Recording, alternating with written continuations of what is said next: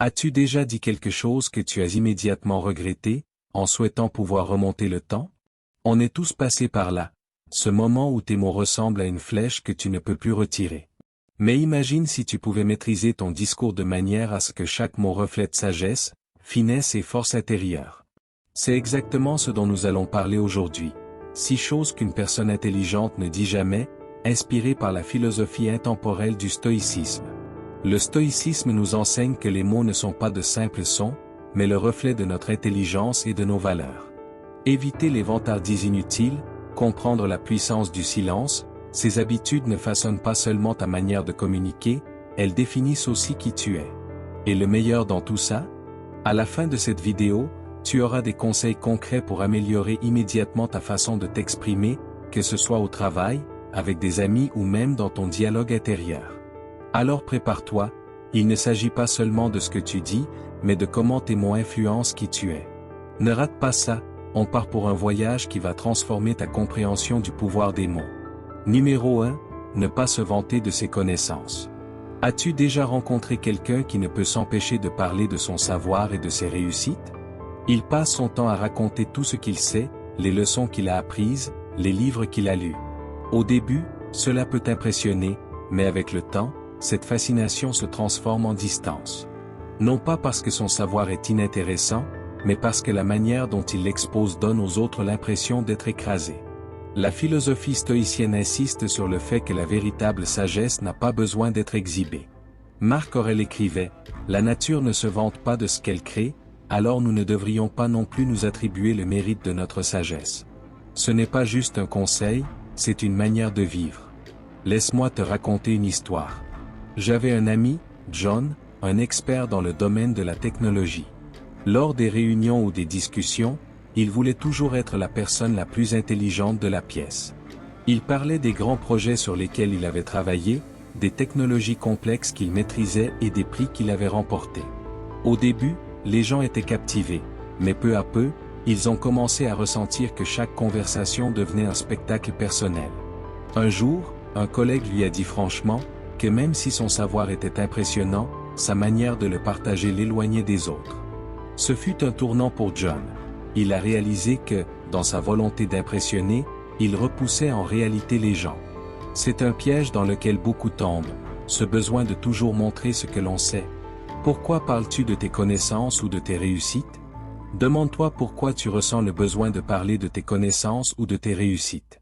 Si ton but est d'aider les autres ou d'enrichir une discussion, c'est une bonne chose. Mais si c'est pour chercher de l'admiration ou de la reconnaissance, il est peut-être temps de revoir ton approche. Se vanter n'apporte rien de bon. Non seulement cela diminue la valeur de tes paroles, mais cela crée aussi une barrière invisible entre toi et les autres. Au lieu d'inspirer, tu risques de donner l'impression que tu juges ou que tu mesures les autres à ton niveau. La solution du stoïcisme. Le stoïcisme propose une approche simple. Laisse tes actions parler pour toi. Si tu possèdes réellement du savoir, cela se verra naturellement dans ton travail et dans ta manière de résoudre les problèmes. Pratique l'humilité. Être humble ne signifie pas minimiser ses compétences, mais plutôt laisser les autres découvrir ta valeur à travers tes actes et tes échanges. Écoute davantage. Écouter ne permet pas seulement d'apprendre, c'est aussi une marque de respect qui crée des liens plus profonds. Les stoïciens considèrent le silence comme une force puissante. Ce terme ne signifie pas que l'on ne sait rien, mais que l'on a confiance en son savoir et en son jugement. John a appris cette leçon progressivement. Il a commencé à parler moins de lui et à s'intéresser davantage aux autres. Plutôt que d'essayer de dominer les conversations, il a cherché à écouter et à contribuer avec humilité. Peu à peu, les gens se sont mis à le consulter non seulement pour son intelligence, mais aussi pour sa sincérité et son esprit de collaboration. Ne pas se vanter ne signifie pas garder son savoir pour soi, mais savoir le partager d'une manière qui respecte et valorise les autres. Numéro 2, ne jamais mépriser l'opinion des autres. As-tu déjà eu l'impression qu'on ignorait ton avis dans une discussion, comme si ton opinion n'avait aucune valeur? C'est une sensation frustrante, qui peut même te faire douter de toi-même. Je connais bien ce sentiment, parce que j'ai moi-même été celui qui le causait. Lorsque j'ai commencé à diriger une équipe, j'étais convaincu de mon capacité à juger rapidement les situations. Un jour, lors d'une réunion, un collègue a proposé une idée pour améliorer notre façon de travailler. Sans réfléchir, je l'ai immédiatement rejeté, en disant que cela ne fonctionnerait pas. Je pensais faire gagner du temps à tout le monde. Mais ce que je n'ai pas remarqué, c'était le silence gêné qui a suivi, les regards hésitants des autres, et l'absence totale d'enthousiasme pour partager de nouvelles idées. Après la réunion, un collègue de confiance est venu me voir et m'a dit doucement: « Tu aurais peut-être dû écouter un peu plus longtemps, l'idée n'était pas si mauvaise que ça. » Cette remarque m'a frappé comme un électrochoc. J'ai compris que j'avais perdu bien plus qu'une opportunité. Non seulement j'avais rejeté une idée qui aurait pu être précieuse, mais j'avais aussi, sans m'en rendre compte, créé une atmosphère de réticence au sein de mon équipe. Le stoïcisme nous enseigne que la vraie sagesse vient de l'ouverture d'esprit, et non de l'arrogance. Marc Aurèle disait: « Tu ne peux pas apprendre ce que tu crois déjà savoir. » Lorsque tu ignores une opinion sans l'écouter, tu fermes la porte à la créativité et tu affaiblis la confiance et les liens avec les autres. Ce n'est pas seulement une occasion manquée, cela fragilise aussi ton propre leadership. Changer son approche. Après cette expérience, j'ai décidé de revoir ma façon d'interagir. Lors des réunions suivantes, je me suis répété une chose importante. Écouter ne veut pas dire être d'accord. Écouter, c'est avant tout montrer du respect et s'ouvrir à l'apprentissage, même si l'idée paraît au départ peu viable. À ma grande surprise, en adoptant cette attitude plus curieuse, mon équipe a commencé à proposer des solutions innovantes auxquelles je n'aurais jamais pensé. Un changement de perspective à essayer. Au lieu de penser « Comment puis-je contrer cette idée ?», demande-toi plutôt « Qu'est-ce que je peux en apprendre ?» Même une idée imparfaite peut contenir des éléments utiles. Et même si ce n'est pas le cas, cela te permet au moins de mieux comprendre le point de vue de l'autre, ce qui a aussi de la valeur. Pratiquer l'humilité. Le stoïcisme nous rappelle que nous ne sommes pas le centre de l'univers. Rejeter l'opinion des autres, c'est souvent placer son propre point de vue au-dessus de tout, comme si nous détenions la vérité absolue. Mais la réalité, c'est que personne n'a toutes les réponses. La véritable sagesse réside dans l'échange et la collaboration. Quand j'ai changé d'approche, l'ambiance des réunions s'est transformée. Je posais plus de questions, j'encourageais même les plus discrets à s'exprimer. Résultat, non seulement nous avons trouvé de meilleures idées, mais toute l'équipe s'est sentie plus respectée et plus soudée. J'ai compris que chacun, à sa manière, peut m'apprendre quelque chose. Mais avant, mon impatience et mon excès de confiance m'empêchaient de le voir. Respecter l'opinion des autres, plus qu'un acte de gentillesse, une véritable stratégie. Lorsque tu prends au sérieux les points de vue des autres, tu ouvres la porte à de nouvelles idées, des opportunités et une meilleure compréhension du monde. Tu crées un climat de confiance, propice à l'innovation et à l'épanouissement collectif. Les stoïciens nous rappellent que la sagesse ne consiste pas à prouver que l'on a raison, mais à comprendre que chacun détient une part de vérité. C'est l'essence même de la véritable sagesse. Numéro 3. Évite de te plaindre inutilement. Imagine Pierre, un professionnel expérimenté qui jongle entre les délais au travail, les responsabilités familiales et les imprévus du quotidien. Mais au lieu de faire face à ces défis de manière constructive, Pierre passe son temps à se plaindre. Ses collègues sont incompétents. La machine à café ne fonctionne jamais. La circulation est toujours un cauchemar. Au début, ses collègues compatissaient et cherchaient même à l'aider. Mais avec le temps, sa négativité a fini par les épuiser. Les conversations avec lui sont devenues pesantes, et les gens ont commencé à l'éviter. Pas parce qu'ils ne l'appréciaient pas, mais parce qu'ils ne supportaient plus ce flot de plaintes incessantes. Un jour, pendant la pause déjeuner, un ami lui a dit une phrase qui l'a stoppé net. « Pierre, je comprends ta frustration, mais qu'est-ce que tu fais pour régler ces problèmes ?» Cette question a résonné en lui. Il a pris conscience qu'il ne cherchait même pas de solution, il se contentait de se plaindre en boucle. Pire encore, sa négativité ne faisait qu'alimenter son propre sentiment d'impuissance. Se plaindre sans raison, un piège courant. Nous sommes nombreux à tomber dans ce piège, exprimer nos frustrations sans penser à l'impact que cela a sur nous et sur les autres. Le stoïcisme offre une solution simple. Concentre-toi sur ce que tu peux contrôler, et lâche prise sur le reste. Marc Aurèle disait: « Tu as du pouvoir sur ton esprit, mais pas sur les événements extérieurs. Réalise cela, et tu trouveras la force. » Se plaindre de ce qui est hors de notre contrôle ne fait qu'augmenter notre frustration et nous enferme dans un cercle vicieux de négativité. Se plaindre peut être utile, à condition d'avoir un but. Toutes les plaintes ne sont pas mauvaises. Si elles sont accompagnées d'une intention de changement, elles peuvent même être bénéfiques. Mais quand elles sont vides de sens, elles deviennent un bruit de fond inutile qui épuise tout le monde. Se plaindre du trafic ne rendra pas la route plus fluide. Râler contre la pluie ne fera pas apparaître le soleil. Les personnes intelligentes comprennent cette distinction et préfèrent canaliser leur énergie sur ce qui compte vraiment. Comment arrêter de se plaindre inutilement? Pose-toi une seule question lorsque tu ressens de la frustration. Que puis-je faire pour changer cette situation? Si la réponse est rien, alors lâche prise. S'énerver sur ce que tu ne peux pas contrôler ne fait que voler ta paix intérieure. À la place, utilise cette énergie de manière constructive. Lis un bon livre. Prends du recul et réfléchis.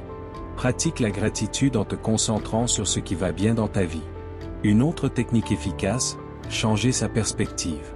Au lieu de dire « pourquoi ça m'arrive toujours à moi », demande-toi « qu'est-ce que je peux apprendre de ça ?» Le stoïcisme nous enseigne que chaque difficulté est une opportunité de grandir. Se plaindre nous aveugle, tandis que la réflexion nous ouvre des portes. Et Pierre dans tout ça? Pierre a pris le conseil de son ami à cœur et a commencé à changer de mentalité. Plutôt que de se plaindre de son manager, il a commencé à transformer ses plaintes en action. Au lieu de râler contre les défis du quotidien, Pierre a commencé à chercher des solutions concrètes. Plutôt que de se plaindre du travail, il préparait des solutions réfléchies aux problèmes qu'il rencontrait. Au lieu de grogner contre les embouteillages, il écoutait des livres audio ou pratiquait la pleine conscience en voiture. Petit à petit, sa vision des choses a changé. Ses paroles ont pris plus de poids, car elles n'étaient plus empreintes de négativité. Ses relations se sont améliorées, et ses collègues ont commencé à chercher sa compagnie et ses conseils, attirés par son attitude posée et orientée vers les solutions. Reprendre le contrôle grâce au stoïcisme. Éviter les plaintes inutiles, ce n'est pas ignorer ses problèmes, c'est reprendre son pouvoir. En se concentrant sur ce qu'il pouvait contrôler, Pierre a renforcé son esprit et amélioré son influence sur les autres. Le stoïcisme nous rappelle que nos pensées et nos paroles sont des outils.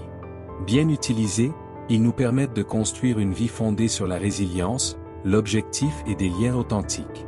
Quand on abandonne les plaintes vides de sens pour passer à l'action, on ne change pas seulement la façon dont les autres nous perçoivent, on transforme notre propre vie.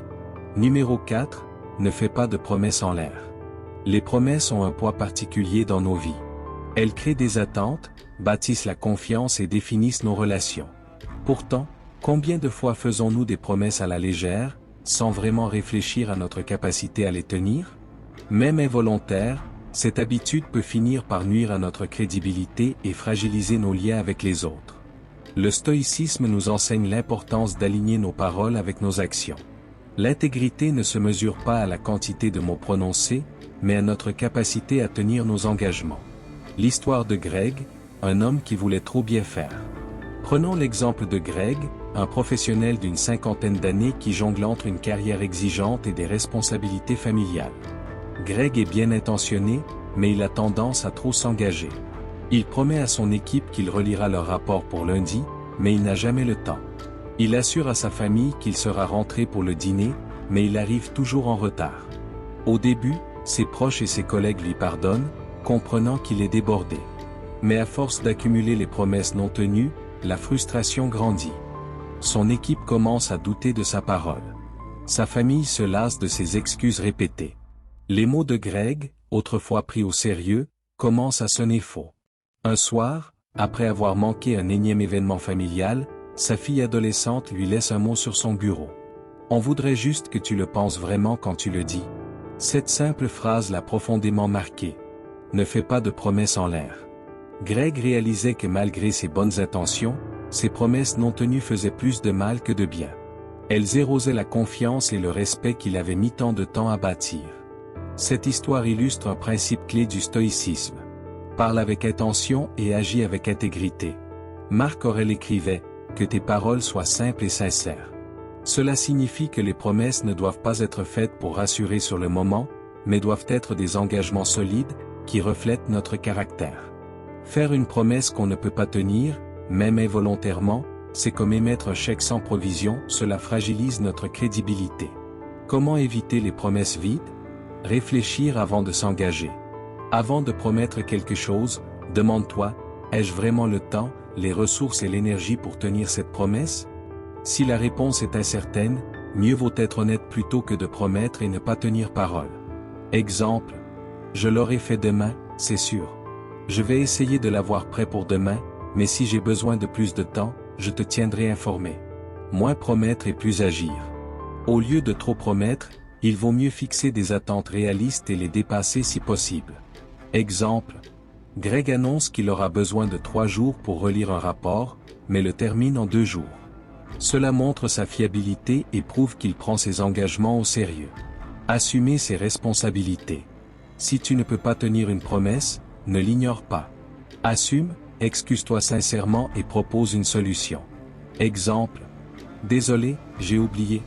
Je suis désolé de ne pas avoir pu respecter ce délai. Voici ce que je vais faire pour corriger cela. Les résultats de ce changement. Greg a pris ses leçons à cœur. Il est devenu plus conscient de ses engagements, apprenant à dire non quand c'était nécessaire. Son équipe a recommencé à lui faire confiance. Sa famille a perçu ses efforts comme authentiques. Mais surtout, Greg a ressenti une paix intérieure en sachant que ses paroles avaient du poids et que ses actions les confirmaient. Ne pas faire de promesses en l'air, ce n'est pas être parfait, c'est être authentique et fiable. Le stoïcisme nous enseigne que la véritable force réside dans l'intégrité, là où les paroles et les actes sont en harmonie. En appliquant ce principe, on gagne le respect des autres et on bâtit des relations sincères et solides. Ce ne sont pas les promesses que l'on fait qui nous définissent, mais celles que l'on tient. Numéro 5, ne nie pas tes erreurs. As-tu déjà ressenti que reconnaître une erreur était un aveu de faiblesse? Moi aussi. Mais une expérience m'a complètement fait changer d'avis. Ne nie pas tes erreurs. Reconnaître une erreur ne diminue pas ta valeur. Au contraire, cela te grandit en montrant que tu es honnête et fort. Marc Aurèle disait, « Si quelqu'un me prouve que je me trompe, je changerai volontiers, car ce que je cherche, c'est la vérité, et la vérité ne nuit à personne. » Une expérience personnelle. Il y a quelques années, je dirigeais un projet important. Sous pression pour respecter un délai serré, j'ai négligé des détails cruciaux dans un rapport. Résultat, mon équipe a été critiquée par la direction à cause de ses erreurs. Mon premier réflexe? Chercher des excuses, la charge de travail, le manque de temps. Tout sauf admettre ma responsabilité. Mais au fond, je savais que cela affaiblirait la confiance que mon équipe avait en moi. Alors, j'ai pris une autre approche. Lors de la réunion suivante, j'ai reconnu mon erreur, présenté mes excuses et proposé des solutions concrètes pour éviter que cela ne se reproduise. Le résultat? Aucune critique, aucune humiliation. Au contraire, mes collègues ont apprécié mon honnêteté. Certains m'ont même remercié d'avoir pris mes responsabilités. Ce jour-là, j'ai compris une chose essentielle. Admettre une erreur ne te rend pas plus faible. Cela te rend plus digne de confiance. Pourquoi reconnaître ses erreurs est puissant? Cela inspire le respect. En assumant tes erreurs, tu montres que tu privilégies la vérité à ton ego. Les autres se sentiront plus en confiance pour faire de même. Cela crée un environnement sain. Une équipe où chacun peut reconnaître ses erreurs sans peur du jugement est plus forte et plus efficace. Cela renforce ton image de leader. Nier l'évidence ne t'améliore pas, au contraire, cela te rend moins fiable. Comment appliquer cela dans ta vie? Pratique l'auto-analyse. Avant d'accuser les autres, demande-toi quelle est ma part de responsabilité? Même si ton rôle est minime, l'assumer est le premier pas vers la solution. Ne fais pas que t'excuser, agis. Présente des solutions concrètes pour corriger ton erreur. Le stoïcisme nous rappelle que les erreurs ne sont pas des échecs, mais des opportunités d'apprentissage. Garde en tête que reconnaître ses fautes est un signe de force. Cela montre ta confiance en toi et ton engagement à progresser. Les personnes qui assument leurs erreurs inspirent les autres et bâtissent des relations solides basées sur le respect. La prochaine fois que tu fais une erreur, ne te cache pas. Ne te justifie pas inutilement. Assume, trouve une solution et avance. C'est cette attitude qui te différenciera des autres et te fera gagner un véritable respect. Numéro 6, évite les promesses vides. Ta crédibilité repose sur le respect des autres et sur la valeur de ta parole. Même les petites promesses non tenues peuvent, avec le temps, fragiliser ta réputation et la confiance que les autres ont en toi. L'histoire de Jim, un piège courant. Jim est un professionnel chaleureux, toujours prêt à aider. Il disait bien sûr, compte sur moi, à chaque demande. Aider un ami à déménager. Accepter un projet supplémentaire au travail. Assister à tous les événements de sa communauté. Mais à force de trop s'engager, il commença à oublier ses promesses. Un jour, un ami proche l'invita à un dîner familial important. Jim accepta sans réfléchir, mais il oublia et programma une réunion de travail à la même heure. Le lendemain, son ami lui confia à quel point sa famille était déçue. Ce fut un électrochoc pour Jim. Il comprit que ses promesses, même faites avec de bonnes intentions, causaient plus de mal que de bien. En voulant plaire à tout le monde, il blessait ceux qui comptaient le plus pour lui. Les leçons du stoïcisme, mieux vaut un non sincère qu'un oui vide. Nous acceptons parfois trop d'engagement par peur de décevoir. Mais le stoïcisme nous enseigne que nos paroles doivent être alignées avec nos actions. Marc Aurèle disait, « Si ce n'est pas juste, ne le fais pas. Si ce n'est pas vrai, ne le dis pas. » Dire oui sans conviction peut sembler gentil sur le moment, mais le vrai problème vient quand on ne tient pas parole. Comment éviter les promesses vides? Prends un moment avant de répondre. Avant d'accepter un engagement, demande-toi si tu peux vraiment le tenir. Si ce n'est pas le cas, il vaut mieux dire non tout de suite qu'accepter et décevoir plus tard. Privilégie la qualité à la quantité. Mieux vaut accepter moins de choses et bien les faire, que d'essayer de tout faire et laisser tomber les autres. Une personne fiable est respectée non pas pour dire oui à tout, mais pour tenir ses engagements. Comprends que dire non n'est pas égoïsté. Ce n'est pas un manque de générosité, mais de la lucidité. Se disperser affaiblit ta capacité à tenir tes engagements les plus importants. Le changement de Jim, moins de oui, plus de fiabilité. Après son réveil brutal, Jim adopta une approche plus consciente. Il commença à dire non quand il ne pouvait pas s'engager sincèrement. Il priorisa les engagements qui comptaient vraiment. Ses relations s'améliorèrent et il retrouva le respect des autres. On ne se souvient pas des gens pour toutes les promesses qu'ils font, mais pour celles qu'ils tiennent. Avant de faire une promesse, prends une respiration. Réfléchis. Assure-toi de pouvoir l'honorer à 100%. Ce n'est pas juste une question de parole, c'est une question d'intégrité et de force intérieure. La vraie force réside dans la sincérité. Éviter les promesses vides, c'est bien plus qu'une simple question de politesse. C'est un engagement envers soi-même et envers les autres. En apprenant à dire non avec honnêteté et oui avec conviction, tu renforceras ta crédibilité, ton intégrité et la confiance que les autres placent en toi. Le stoïcisme nous rappelle que nos paroles façonnent notre réputation et nos relations. En parlant avec intention et en agissant avec cohérence, tu construis un chemin vers une vie plus sereine, respectée et alignée avec tes valeurs. Si tu veux continuer à explorer ces principes et apprendre à appliquer la sagesse stoïcienne dans ta vie, abonne-toi dès maintenant et active la cloche pour ne manquer aucun contenu. Et dis-moi en commentaire, quelle est la promesse la plus importante que tu tiens envers toi-même?